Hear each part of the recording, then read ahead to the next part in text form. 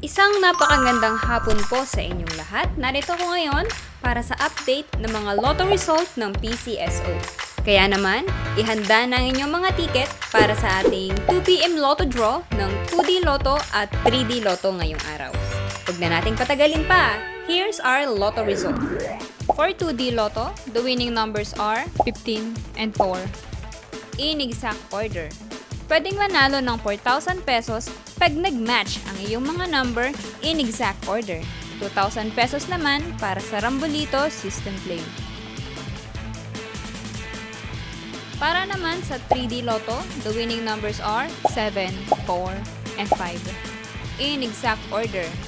Pwedeng manalo ng 4,500 pesos pag nag-match ang iyong mga number in exact order. 750 to 1,500 pesos naman para sa Rambolito System Play.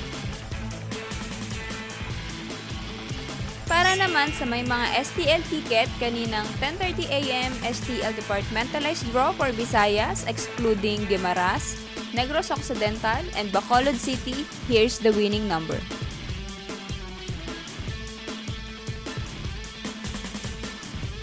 And for 10:30 AM STL Departmentalized Draw for Mindanao excluding Davao City and Zamboanga del Sur, here's the winning number.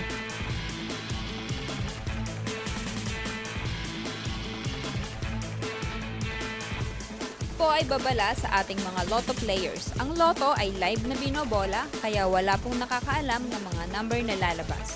Huwag pong magpapaloko sa mga nagsasabing alam nila ang lalabas sa game at sa authorized outlet lamang bumili ng ticket bago ang draw. Para maklaim ang inyong prize, pumunta lang sa authorized lotto outlet pag nanalo ka ng umabot sa 20 to 10,000 pesos. For more than 10,000 to 300,000 ang panalo nyo, sa PCSO branch na pinakamalapit sa inyong lugar, pwedeng i-claim ang prize with 2 valid IDs. At kapag ikaw naman ang jackpot winner, i-present ang iyong ticket with 2 valid ID sa PCSO main office located at Shaw Boulevard, Mandaluyong City.